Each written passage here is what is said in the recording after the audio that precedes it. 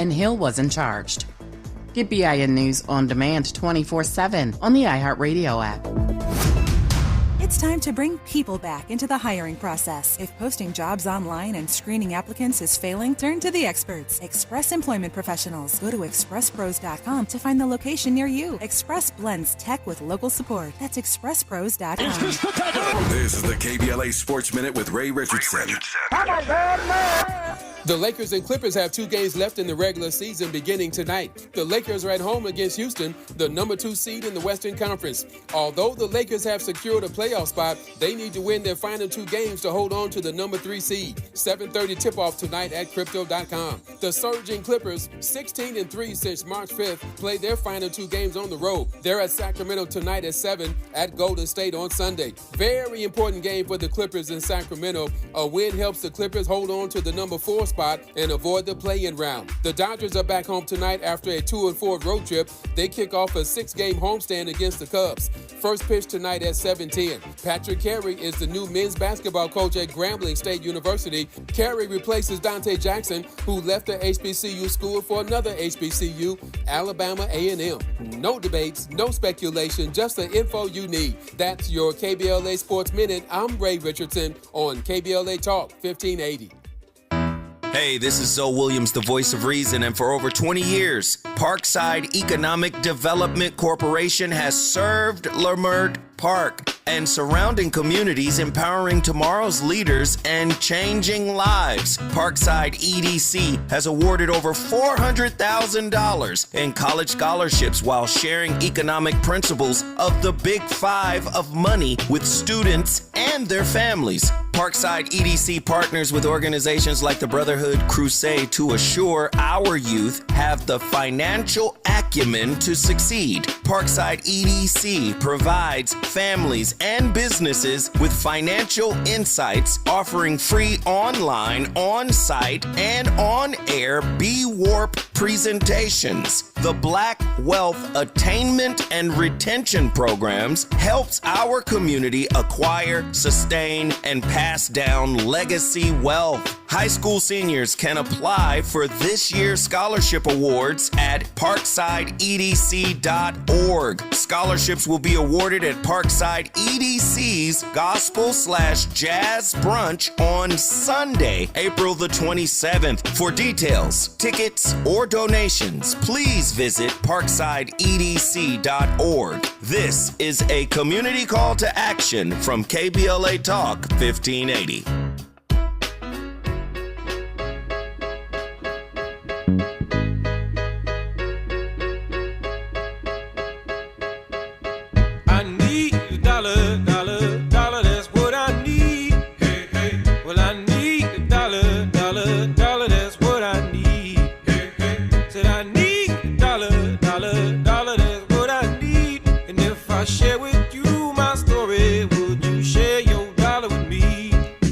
Yes, indeed. It's time to talk reparations. It's a Freedman Friday. I want to give you the heads up, though. We'll be joined by Lynn Connor and Gia Scott Heron, celebrating the life and legacy of Gil Scott Heron in our final hour today. We do this, Freedman Friday, every week because we want to make sure we are part of the solution, part of the momentum, part of the incredible progress that has been made around the issue of reparations in this country. And keep it going no matter what administration or which political party is in power. We're being joined right now by a pastor with the Empowerment Temple A.M.E. Church in Baltimore, Maryland. He's the author of Creating a Culture of Repair, Taking Action on the Road to Reparations. He's also a commissioner of the Reinvestment and Reparations Commission for the City of Baltimore, Maryland. And he is a member of NAARC, which National African American Reparations Commission is what that stands for. Reverend Dr. Robert Turner, welcome. Hey, how you doing? Thanks for having me. Thanks for coming on. You're another one of, I say another because we have a pastor here in LA that comes on regularly who's much younger than what we think of when we think Reverend Doctor anybody. You're a millennial, right? Yes, ma'am. So Tell me what called you into reparations. I mean, I think when we think of NAARC, we think of older folks too, and certainly you've already written a book about it. You do these marches every year for reparations. What drew you to this topic as a young pastor? Yeah, it was. I mean, and I hate to sound trite or cliche, but it was really all God. Nothing that I personally desired to do. I was in school to be a lawyer, in fact, and I got, as we say in the church community, I got the call, and actually got it when I was in college pledging KSI. But I ran, I ran. And God, you never can outrun the Lord. And so, I mean, He beat me in every way imaginable. And I've been on this journey now. I got my license to preach in 2005, so I just celebrated 20 years. Wow, that's years amazing. Well, 20 years in as a pastor and a reparationist, as a millennial is a pretty impressive track record. Let's start with what's happening in Baltimore, because there's so many different aspects to what your work around reparations. This is a fairly new commission, right? Yeah, very, very, very new commission. In fact, we just got appointed at the end of last year. And what are you guys? How is it set up? What are you guys tasked to do?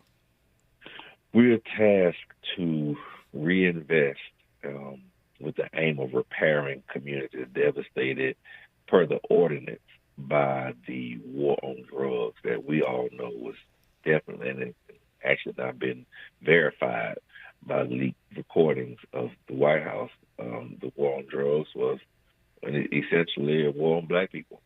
Yeah. And so, and we've lost generations of fathers and mothers to our incarceration system, and now the ironic part of it is that most of the drugs that they were locked up for are legal now.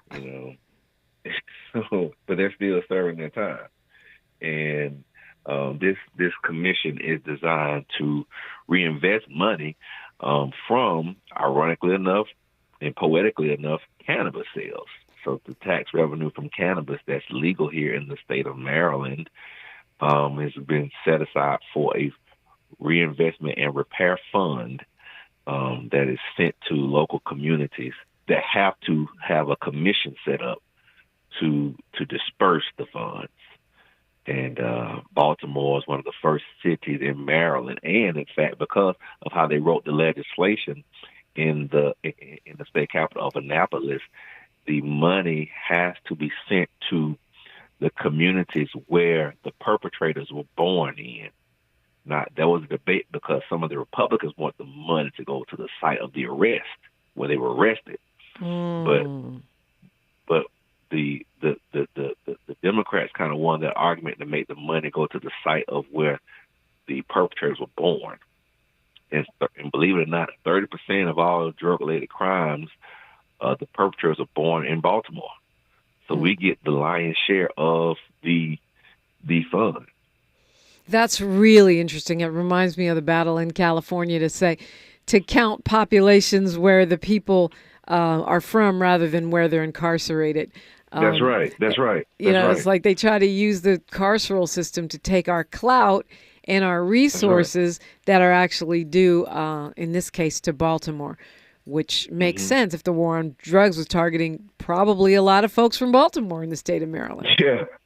Yeah, absolutely. So you have a commission that's designated to figure out what to do with these cannabis monies for repair. And what kinds of things are you looking at? What kinds of folks are on this commission? And what's the public will like around this? Because I feel like we're in a time, right, with the backlash or whitelash, and along with this MAGA, what I call new Confederate administration, where it might not be the most friendly environment for reparations. So what is the public response, and what is the what are you guys looking at right now to do with some of these funds? Well, right now the commissioners are appointed by city councilmen and women throughout the city of Baltimore. So we have one per district, and they hail from different backgrounds. I'm of course from a faith background, activist. And actually, my walks are not annual; they're monthly. Oh, every month y'all walk from Baltimore to D.C. for reparations. That's 40 miles. You said 42.9 miles in one day from Baltimore to the White House. In one day. In one day. So it's 40 miles for 40 acres. Is that what you do? Yep, that's it. 40 miles, 40 acres. That's what I call it. Yes, ma'am. But, I mean, 40 miles in one day is serious business. Are you walking by yourself, or do you have your congregation? The fittest congregation in the world is marching for reparations. They would be if they did. No, they I'm just being honest. I don't even expect people to walk this long with me. I do ask people to come in portions, right? So come walk 3 miles, 4 miles, 5 miles. I got you. 8 miles. So you have a faith relay. It's like a relay for reparations.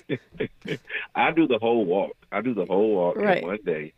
But so people typically come as long as they can, because it takes, depending upon the weather, it takes about 14 hours on average to do this walk. I stop every 3 hours for restroom breaks. I have most times the church bus or vehicle accompanying me, just in case I trip, fall, or whatever. Thankfully, believe it or not, it's nothing but the grace of God. I have done this walk. It'll be my 31st time coming up next Wednesday, and I have not fallen at all. Okay, and that's a lot of miles. What is that, 1,200 miles you've walked for reparations? Let's Something see. Like that. Let's do it in real and then time. You, and 42.9 times 29, because I'll tell you why it's 29. 42 point. Well, actually, it's 42.9 times 28, because one of my walks during Donald Trump's inauguration, I walked all around D.C. because he had barricades everywhere. Wow. So I walked much more than 42.9 miles that day. I just rounded down to 45. And then one of my walks was from Selma to Montgomery, which is 54 miles. Wow. Dr. King did it in 1 day, in 5 days. I did it in 20 hours. It almost killed me too. Yeah. Wow. Yeah. Well, that's a lot. I think it's approximately 1,200 miles. What is this? Yeah, about that. What do you? That's a lot of road miles for reparations. But what do you think that accomplishes? I mean, how does it? Obviously it's a powerful symbol, but beyond that, what do you think that does? Yeah. So thank you for asking that question, because most times people just see me walk and they just think, oh, he's just going for a walk. But no, this is a spiritual exercise for me, and I'm doing it because I feel spiritually led to do it. And it is a time also when I get to the White House, I carry a wreath of 400 roses and I lay it there at the gate of the White House, symbolic of the 400 years of oppression that our people endured in this nation. And so I really feel a strong sense to our ancestors as I'm doing the walk. I, of course, have a strong connection to God. And the reason is to provide a prophetic witness to this society, similar to when, I don't know how much you know about Scripture, but when the Israelites walked around the walls of Jericho before they took over the land, and the walls came tumbling down. And since I've been doing these walks, I've seen walls tumble down. I've seen reparations commissions formed in New York, California, in various cities across the nation. And I feel that God is not finished. I believe that we're going to see even more movement in spite of what's going on in the White House, because it is time, and I'm happy to see recently the boycotts and the supporting of the Smithsonian African American Museum. It's time for us as a people to realize our agency. You know, we think the only civic act we can do is voting, and that's just one. And that's only once every 2 to 4 years, depending on the election. But we have a civic agency to take action each and every day. We can email, we can make phone calls, we can march, we can protest, we can boycott, we can post, we can have great radio shows. There's so many things we can do as civic agents to change our society. And unfortunately, we've just let it rest with the vote, which the vote is important. But when there is no election going on, we still must make sure our voice is heard. That's why I'm so thankful to be on your show this morning. Well, I'm thankful to have you. We're talking with Reverend Dr. Robert Turner. It is a Freedman Friday. He's at least 12 miles in on his walk for reparations. Where are we? We'll look at that and more when we come forward on KBLA Talk 1580. She's reclaiming her time on KBLA Talk 1580. More First Things First with Dominique DiPrima when we come forward. Before the fire, Altadena was a real-life Wakanda. A thriving black oasis just 50 miles from downtown Los Angeles. 80% black residents were homeowners, building intergenerational wealth against the odds. It was a hub of black-owned businesses, churches, and cultural institutions. It stood as a symbol of black resilience and economic independence. Then, in a matter of hours, it was gone. The fire tore through homes, swallowed businesses, and left behind a painful void. But was it just an unstoppable act of nature, or was negligence involved? Did officials ignore early warning signs? Were the response efforts delayed or insufficient? What role, if any, did corporate or government failures play? Survivors are demanding answers. Don't miss our KBLA Talk 1580 Town Hall. The Eden Altadena Fire, 100 days and counting. On Wednesday, April 16th, 4 to 6 p.m. at the Robinson Park Recreation Center, 1081 North Fair Oaks in Pasadena. Join Dominique DiPrima, Nee Cordelai Corte, James Farr, Tavis Smiley, and a panel of survivors, community leaders, and experts as we commemorate Day 100 since the wildfires flared up. And we discuss where we go from here. It's KBLA's Eden Altadena Fire, 100 days and counting Town Hall. Wednesday, April 16th, 4 to 6 p.m. at the Robinson Park Recreation Center in Pasadena. Light refreshments to follow. Admission is free, but sign-up is required at our KBLA1580.com website. The first 100 attendees will receive a complimentary air purifier. This is a community call to action, brought to you by KBLA Talk 1580 and Quinn Emanuel Trial Lawyers. At KBLA Talk 1580, we've got your black.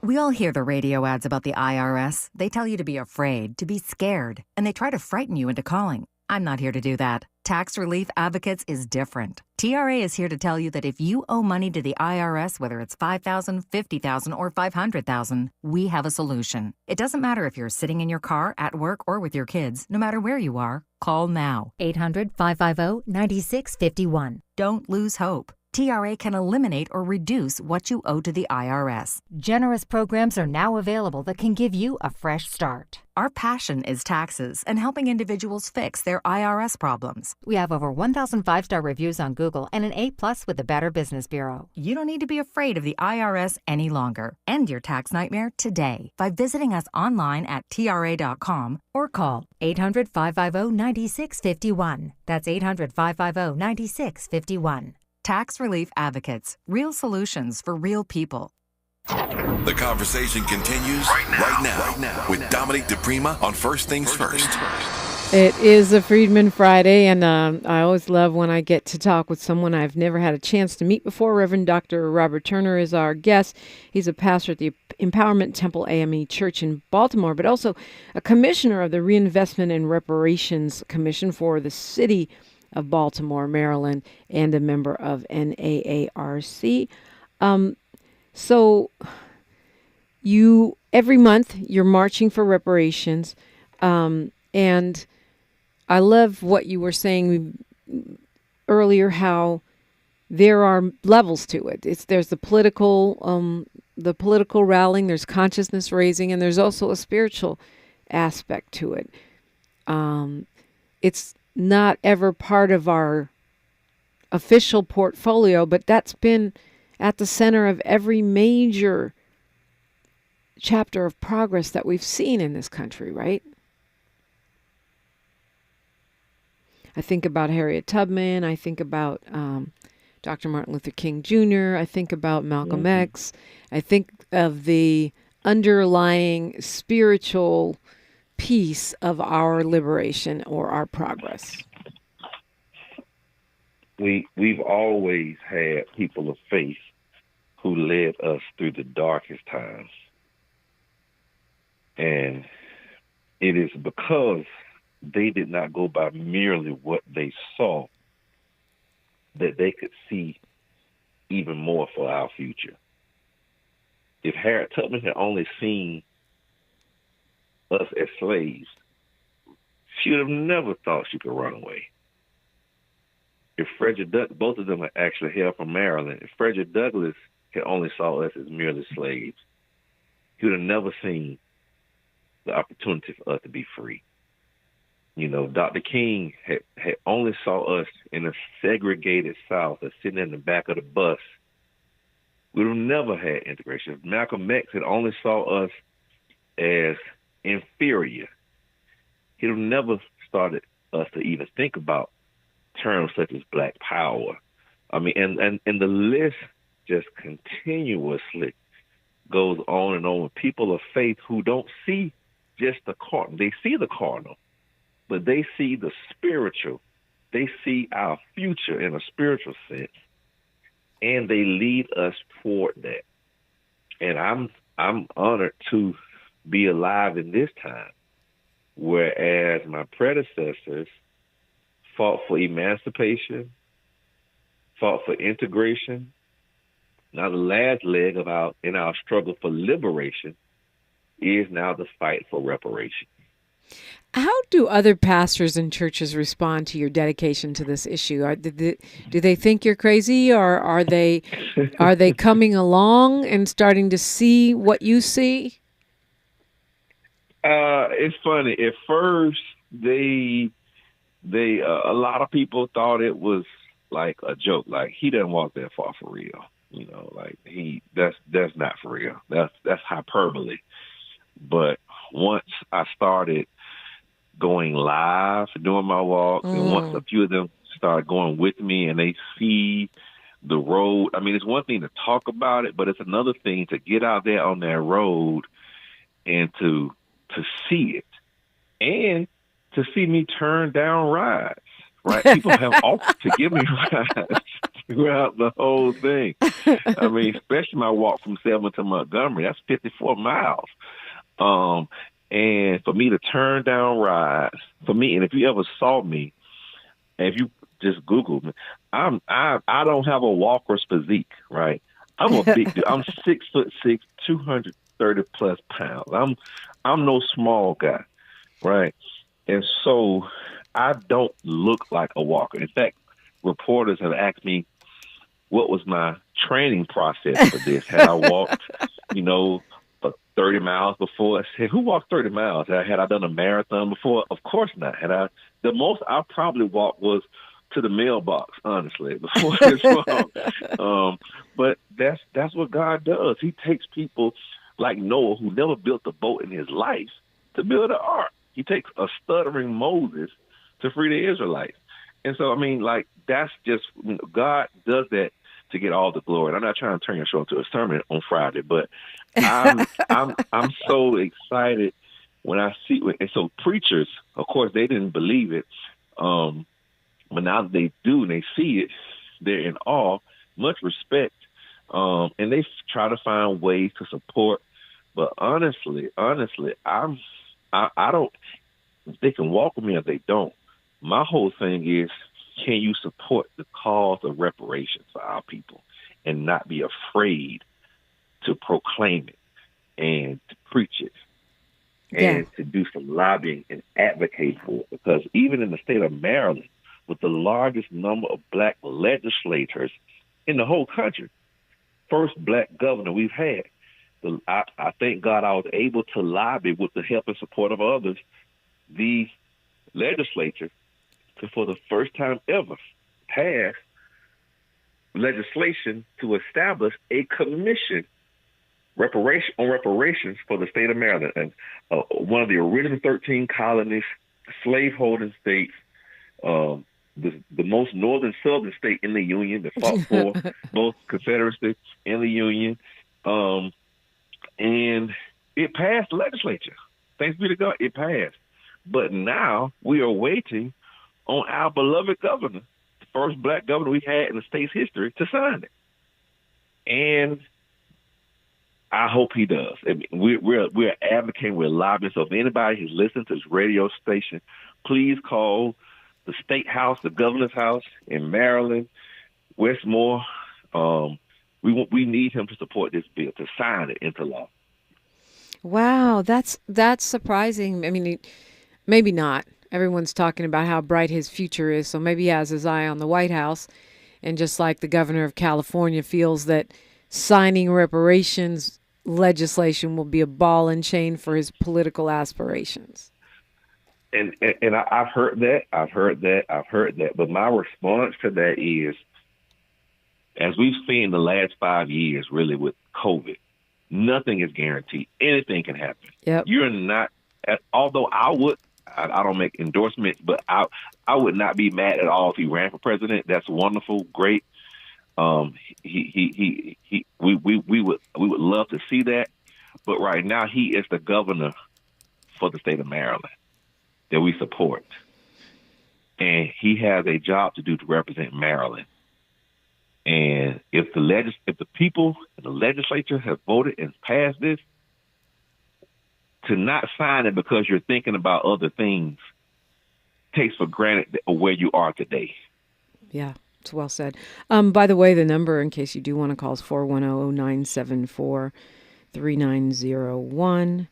410-974-3901. If you want to call and urge the governor of Maryland to sign that piece of legislation, you can make that your deed for the day, since Reverend Dr. Robert Turner has called on us to do more than just vote every 2 years or every 4 years.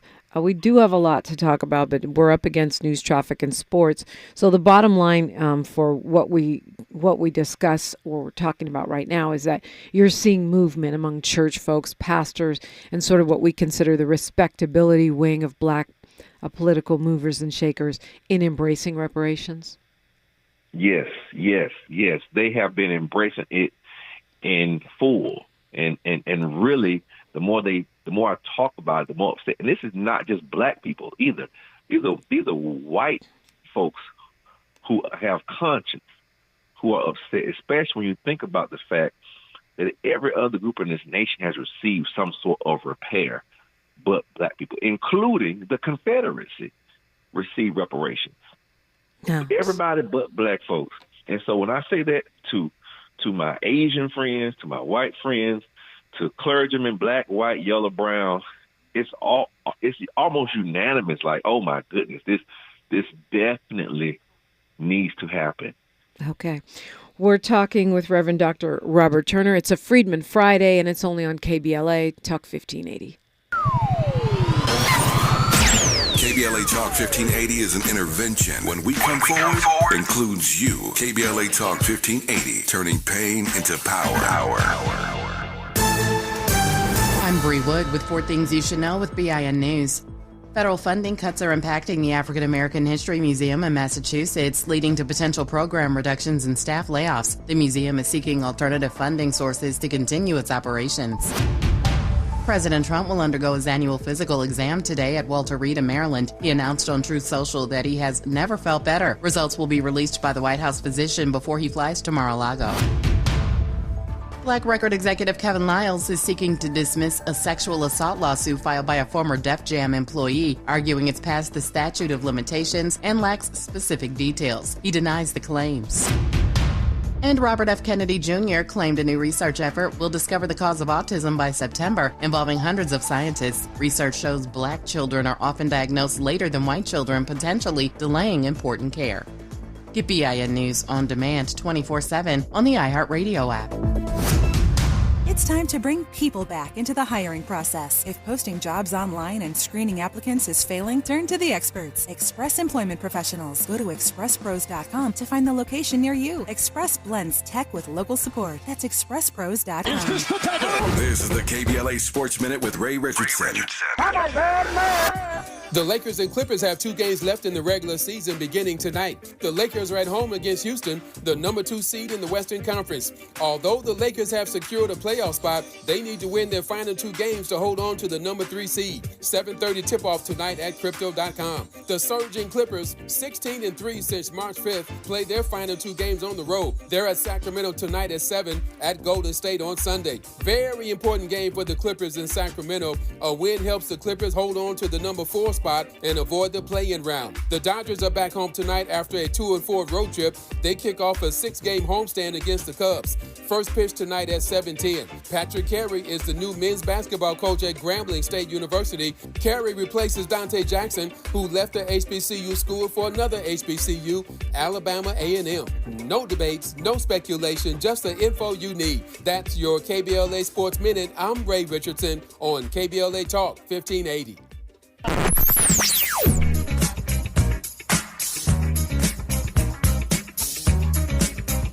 This is KBLA Talk 1580. Talk radio. That's music to your ears. We're unapologetically progressive. KBLA Talk 1580. I feel so alone. I'm embarrassed to talk about it. How can I help my kid if I can't help myself? I can't remember when I wasn't stressed. I don't like anxiety. When you feel overwhelmed by your thoughts and emotions, it's okay to get help. You are not alone. CalHope is here for you with free, safe, and confidential mental health resources for youth, young adults, families, and you. Find support now at calhope.org.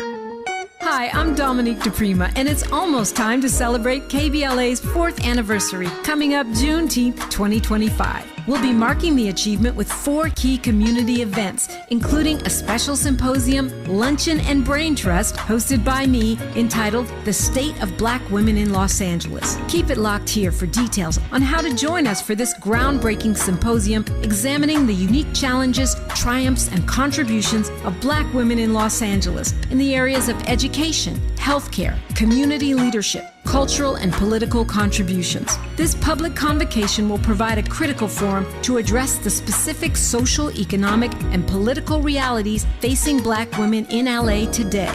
We'll go live with a radio broadcast and YouTube live stream, a public discussion, and a private dialogue with some of LA's most impactful women. It's an affirmation of Black women standing at the intersection of race and gender in times of adversity while demonstrating remarkable resilience and leadership. We will listen and we will speak out and be heard, all in service of finding opportunities and solutions. Please plan to join us in celebrating our 4th anniversary by amplifying the voices of Black women. For more on our symposium and 4 events celebrating 4 years on the air, simply stay tuned or keep an eye on KBLA1580.com and help make this Juneteenth more jubilant with all of us at KBLA Talk 1580.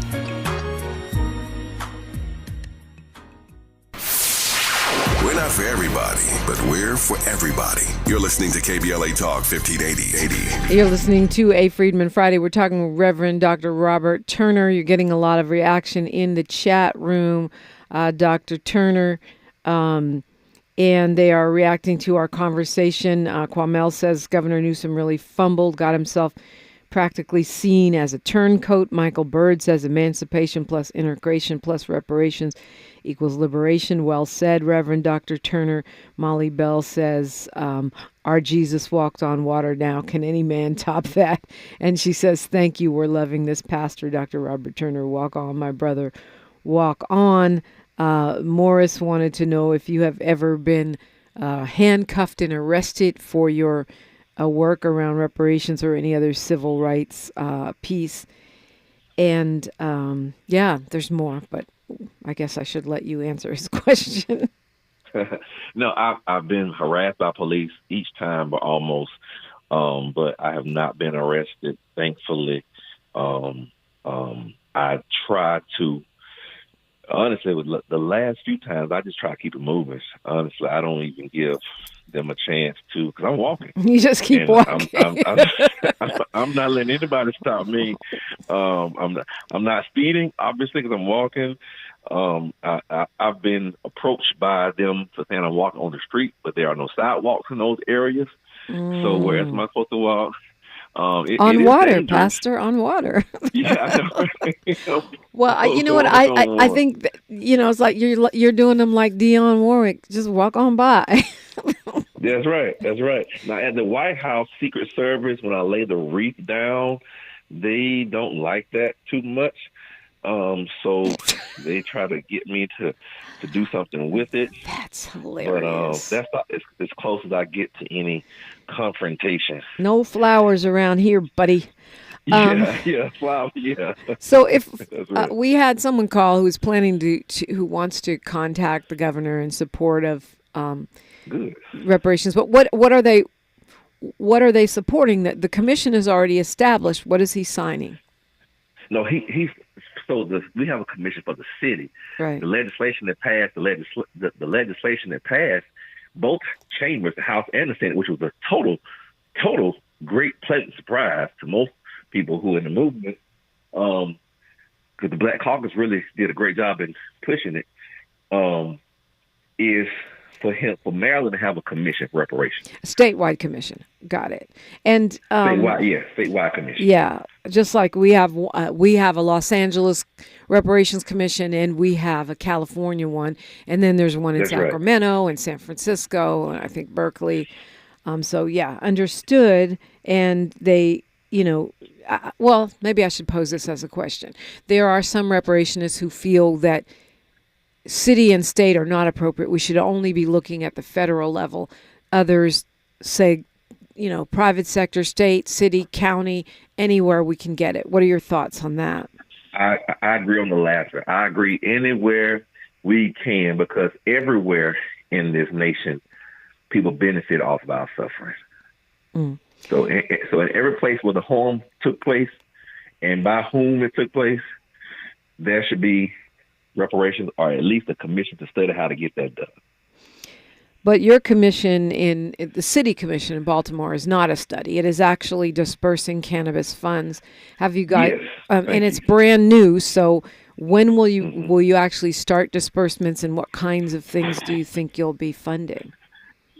That's a great question. I'm, as we say, one commissioner. Right. I wish we could start today giving out funds. Yes. Really. So every meeting, if you want to fact check me and go look, because I think all of them are archived somewhere. We've had only one public meeting, unfortunately. I'm the one, though, that's saying at every meeting, let's hurry up and do whatever we need to do to get these folks their money. I won't even get the money because I'm not from Baltimore. But the people who are here should be able to get that money as soon as possible.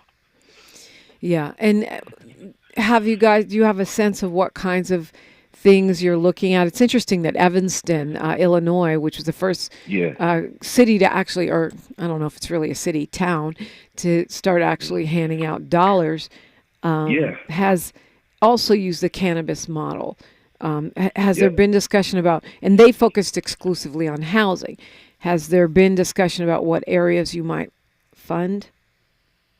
Oh, yes. I right now, we have not had any public meetings about what we will fund, but personally, this commissioner is open to funding any and everything, housing, medical, whatever, that impacts our people and that can benefit our community.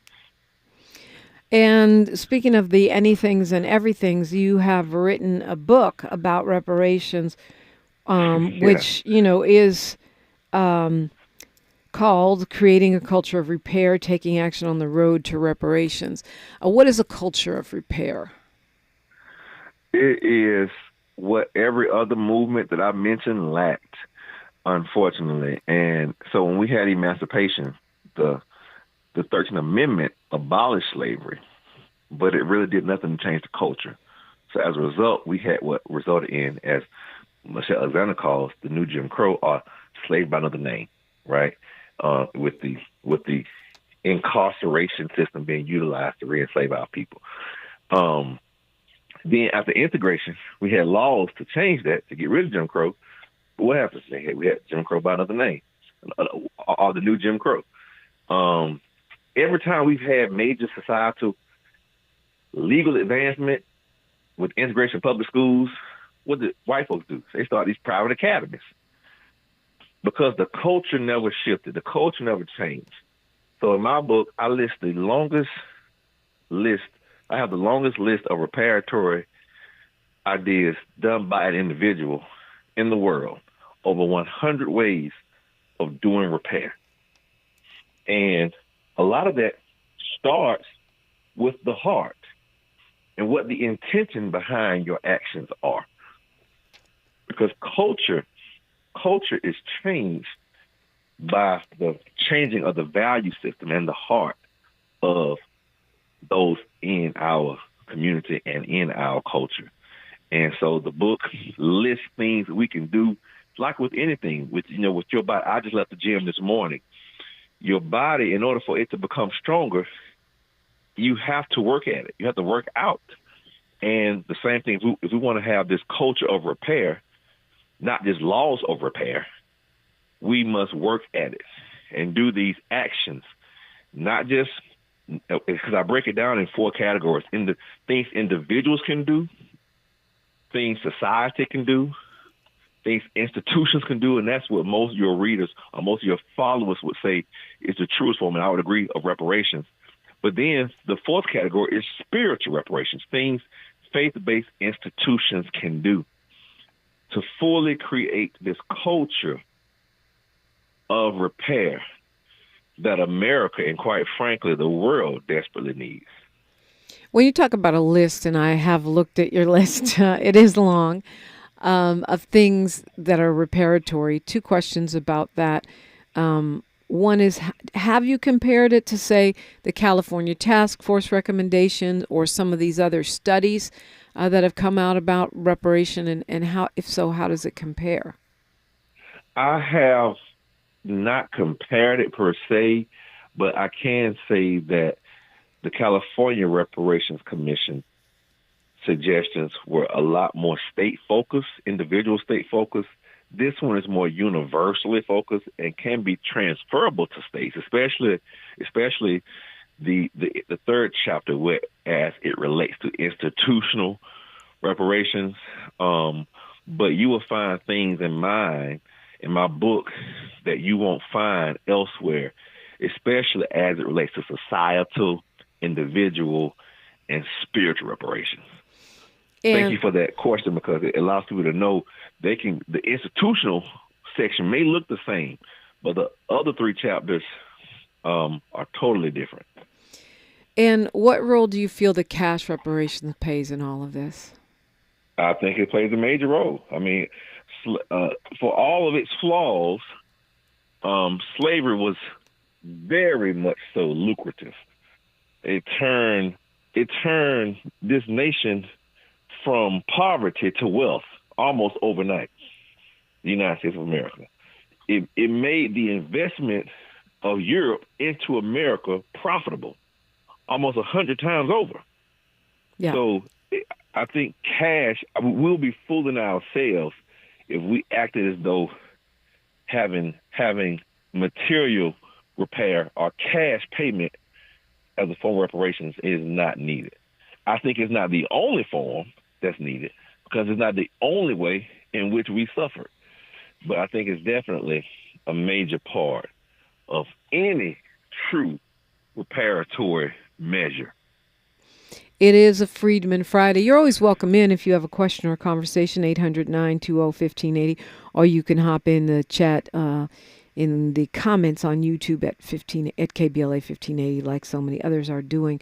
We're going to continue our conversation with Reverend Dr. Robert Turner when we come forward on KBLA Talk 1580.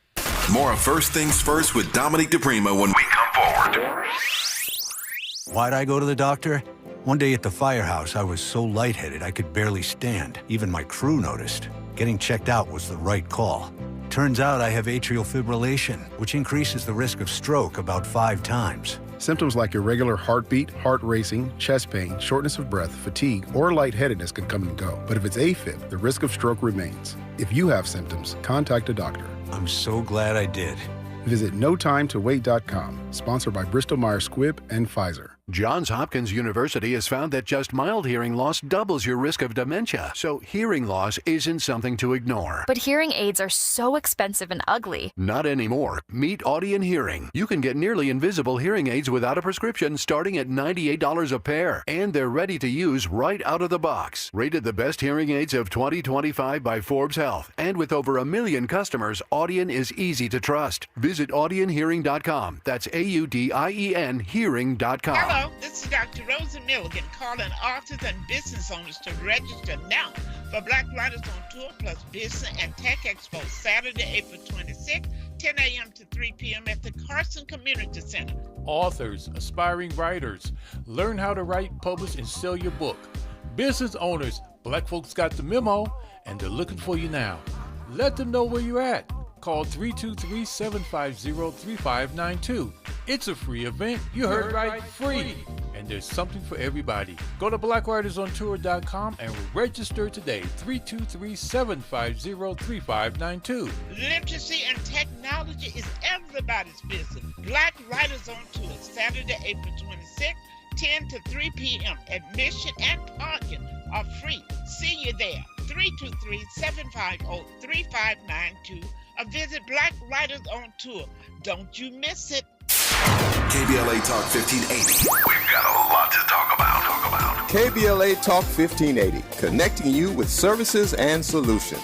Worried about eviction? You have rights, and Stay Housed LA can help. Stay Housed LA is a partnership between LA County, the City of Los Angeles, and local service providers. From Lancaster to Long Beach, we're here to help you with tenant education workshops, legal clinics, free legal services for eligible tenants, and online resources about tenant protection laws. Don't face eviction alone. Call our hotline at 1-888-694-0040. That's 1-888-694-0040. Or visit stayhousedla.org. Stay Housed LA, keeping Los Angeles residents in their homes. Stay Housed LA, your rights, your home, our community. This is a community call to action from KBLA Talk 1580.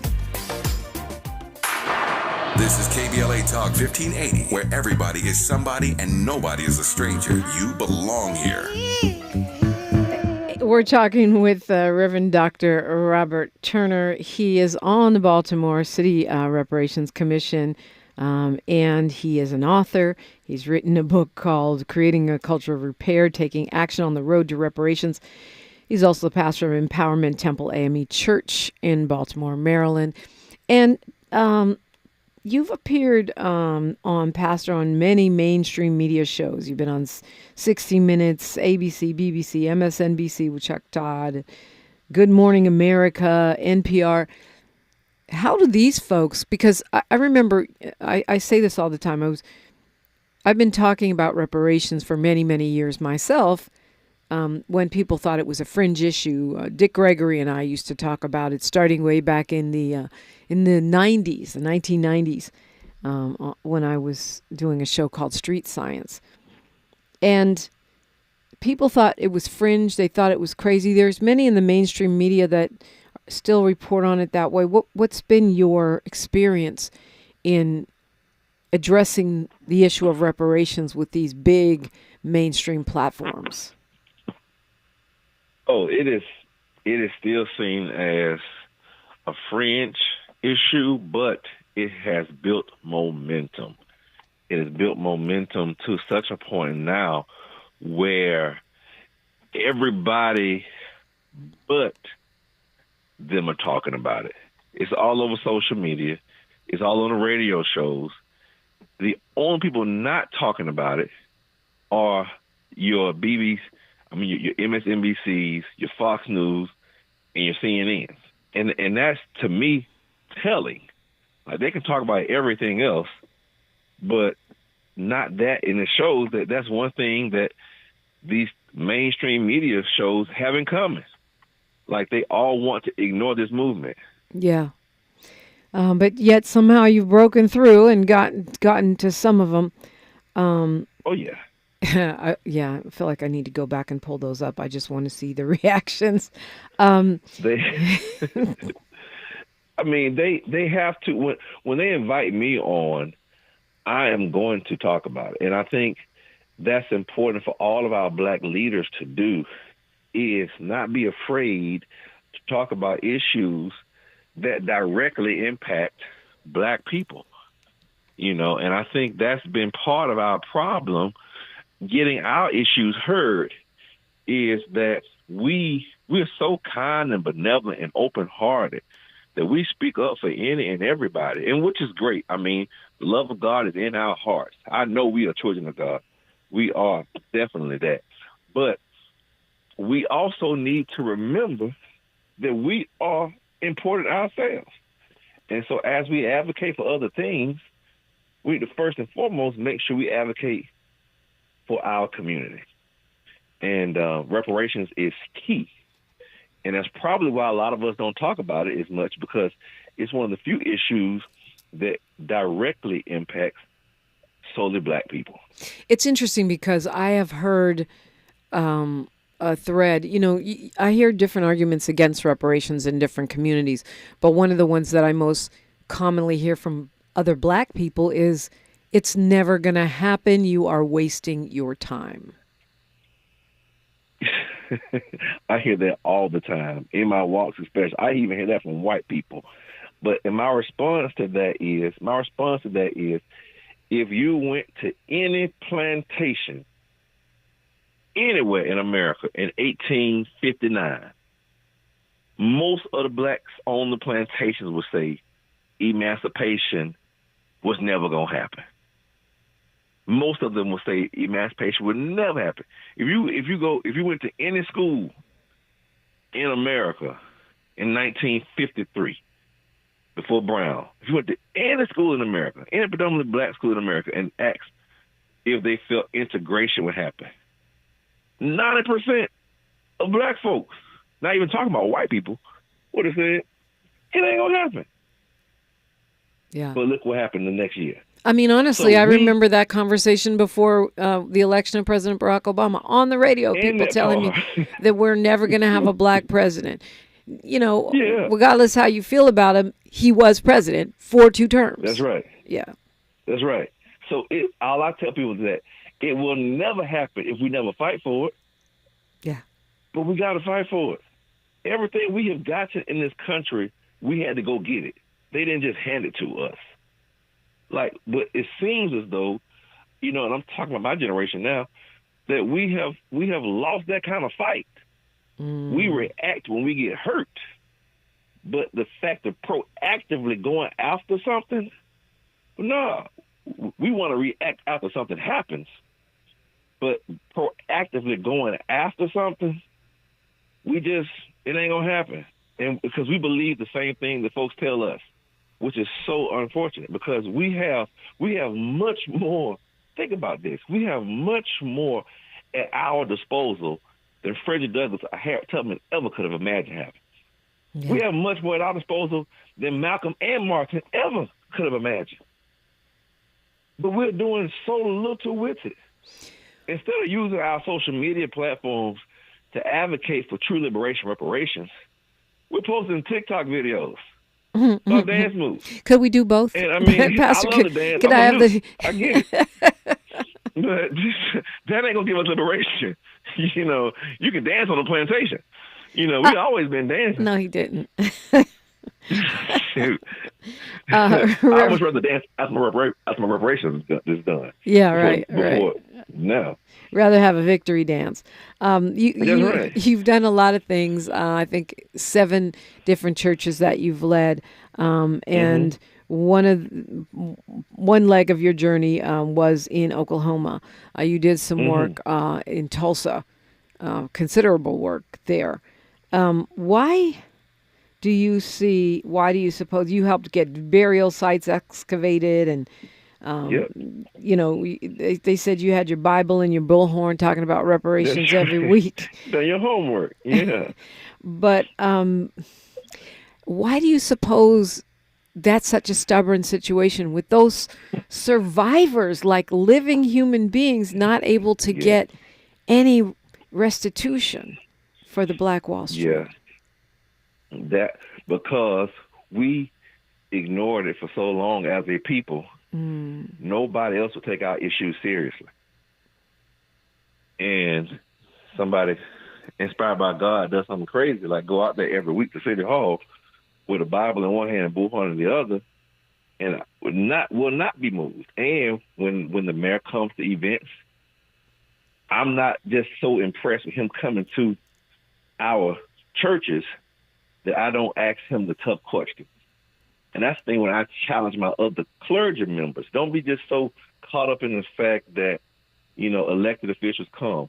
Every time Westmore has come to Empowerment Temple, where I pastor, he would tell you, I have asked him about reparations. In fact, when I see him in the community at events, he already knows what I'm going to talk to him about. I can't help but be who I am. And I think we have to stop allowing folks that we put into place, and we love them. Now, listen, I have the fondest of feelings for our governor and Black leadership as a whole. I know how hard folks work to get there. But we have to stop being so impressed that it paralyzes us from still demanding of them what our community deserves. Yeah. And that's with Obama. That's with anybody. Yeah. We didn't elect them for us to become silent as we put them into office. Otherwise, we're doing them a disservice. It's a good way to look at it. Reverend Dr. Robert Turner, we just got a minute and a half here. So I want to ask you to tell us where we can follow your work and what thought you want to leave us with around reparations this Friday morning. I would like to leave you all with the thought of gratitude, that every day you get a chance to wake up is a day you ought to take full advantage to first be thankful, but commit acts of service for somebody other than yourself. And starting with your community, whoever your community is, we owe that to each other because nobody is promised tomorrow. So do all you can for somebody today.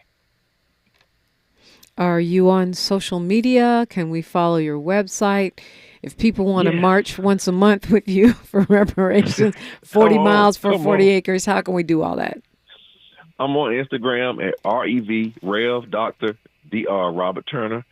I also have a website that's actually being redone right now, but it's robertturnerministries.net.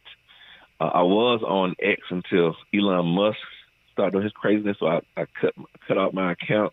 But I'm also on Facebook at the same name, Robert Turner, a public account. I know there's a lot of Robert Turners out there, but I'm not hard to find at all.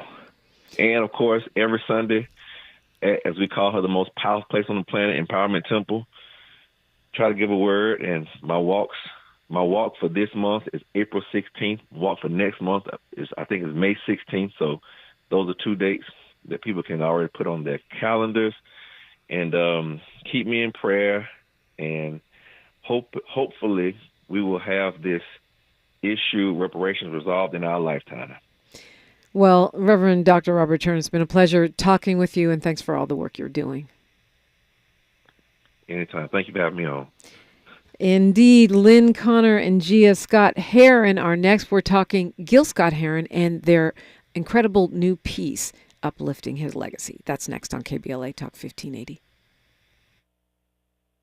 KBLA 1580 Santa Monica. I'm Bree Wood with 4 Things You Should Know with BIN News. Federal funding cuts are impacting the African American History Museum in Massachusetts, leading to potential program reductions and staff layoffs. The museum is seeking alternative funding sources to continue its operations. President Trump will undergo his annual physical exam today at Walter Reed in Maryland. He announced on Truth Social that he has never felt better. Results will be released by the White House physician before he flies to Mar-a-Lago. Black record executive Kevin Liles is seeking to dismiss a sexual assault lawsuit filed by a former Def Jam employee, arguing it's past the statute of limitations and lacks specific details. He denies the claims. And Robert F. Kennedy Jr. claimed a new research effort will discover the cause of autism by September, involving hundreds of scientists. Research shows Black children are often diagnosed later than white children, potentially delaying important care. Get BIN News on demand 24/7 on the iHeartRadio app.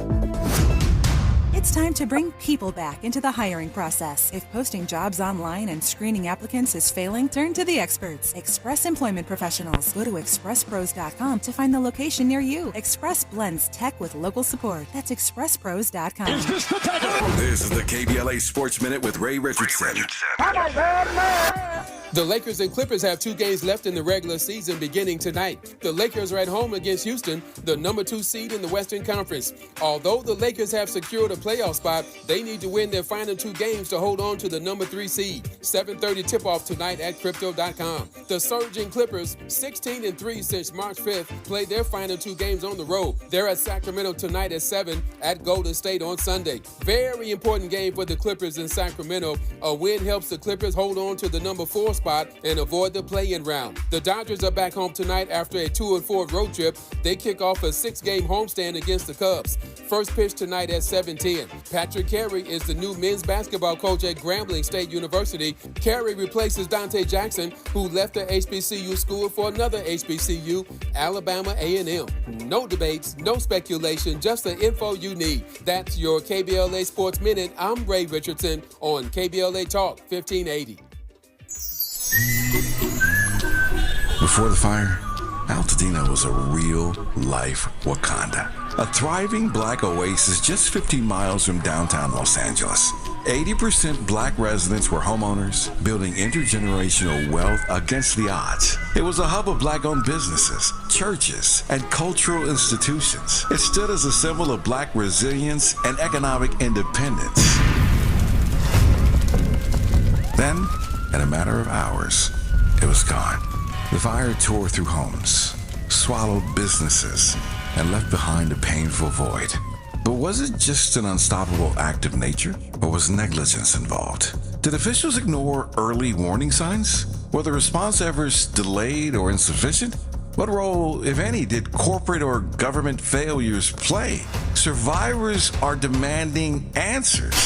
Don't miss our KBLA Talk 1580 Town Hall. The Eaton Altadena Fire, 100 days and counting, on Wednesday, April 16th, 4 to 6 p.m. at the Robinson Park Recreation Center, 1081 North Fair Oaks in Pasadena. Join Dominique DiPrima, Nee Cordelai Corte, James Farr, Tavis Smiley, and a panel of survivors, community leaders, and experts as we commemorate Day 100 since the wildfires flared up, and we discuss where we go from here. It's KBLA's Eaton Altadena Fire, 100 days and counting Town Hall, Wednesday, April 16th, 4 to 6 p.m. at the Robinson Park Recreation Center in Pasadena. Light refreshments to follow. Admission is free but is required at our KBLA1580.com website. The first 100 attendees will receive a complimentary air purifier. This is a